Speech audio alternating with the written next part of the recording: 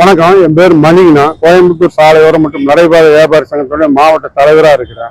இப்போ பார்த்தீங்கன்னாக்கா எங்களுக்கு மாநகராட்சியில் சாலையோர வியாபாரிகளுக்கு அடையாள அட்டை 2 டைம் கொடுத்துருக்குறாங்க. இதுக்கு முன்னாடி இந்த முதலமைச்சர் தலைமையில் ஒரு அடையாள அட்டை கொடுத்துருக்காங்க. இப்போ இருக்கக்கூடிய முதலமைச்சர் தலைமையிலும் ஒரு அடையாள அட்டை கொடுத்து மற்ற மாநகராட்சியில் இடம் ஒதுக்கீடு, சாலையோர வியாபாரிகளுக்கான திட்டங்களை ஊராட்சி, உள்ளாட்சி, நகராட்சி எல்லா பகுதியிலும் குறிப்பா சென்னை மாநகராட்சியில 15 மண்டலத்துக்கு உண்டான தேர்தலாம் நடத்தி முடிச்சிருக்காங்க. இப்ப கோயம்புத்தூர்ல பாத்தீங்கன்னா சாலையோர வியாபாரிகளுக்கு எந்த விதமான திட்டங்களும் கொடுக்கல. இதுக்கு முன்னாடி நாங்க பயனடைந்த 2 திட்டம் தான். ஒண்ணு, முன்னாள் நம்மளுடைய பாரத பிரதமர் கொரோனா காலகட்டத்துல கடன் உதவி திட்டம் கொடுத்தாங்க. முன்னாள் முதலமைச்சருடைய ஒரு 1000 ரூபாய் திட்டம் மட்டும்தான் கிடைச்சிருக்கு.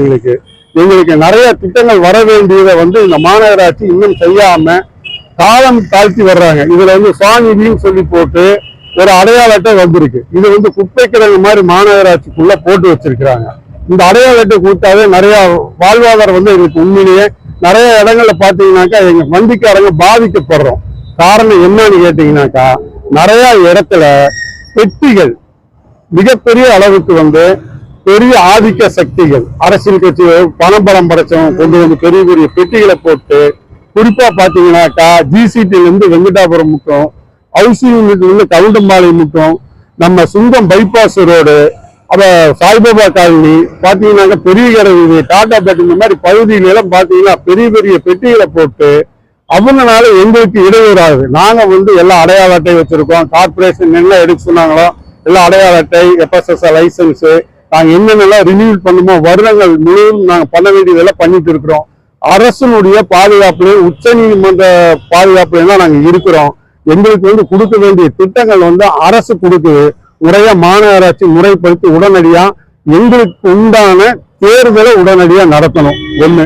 2வது, எங்களுக்கான இடங்கள் அந்தந்த பகுதியில வியாபார மண்டலங்கள் அமைச்சு எங்களுக்கான இடஒதுக்கீடு கொடுத்து எங்களை ஒதுக்கிடும் போது எங்களுடைய வாழ்வாதாரம் பாதுகாக்கப்படும்.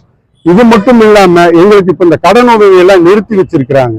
இந்த கடன் உதவியை பாரத பிரதமருடைய சுவாநிதி மீண்டும் மாநகராட்சி எல்லா வியாபாரிகளுக்கும் மீண்டும் அதை புதுப்பிச்சு கொடுக்கணுங்கிறது எங்கள் அன்பான வேண்டுகோள். நன்றி, வணக்கம்.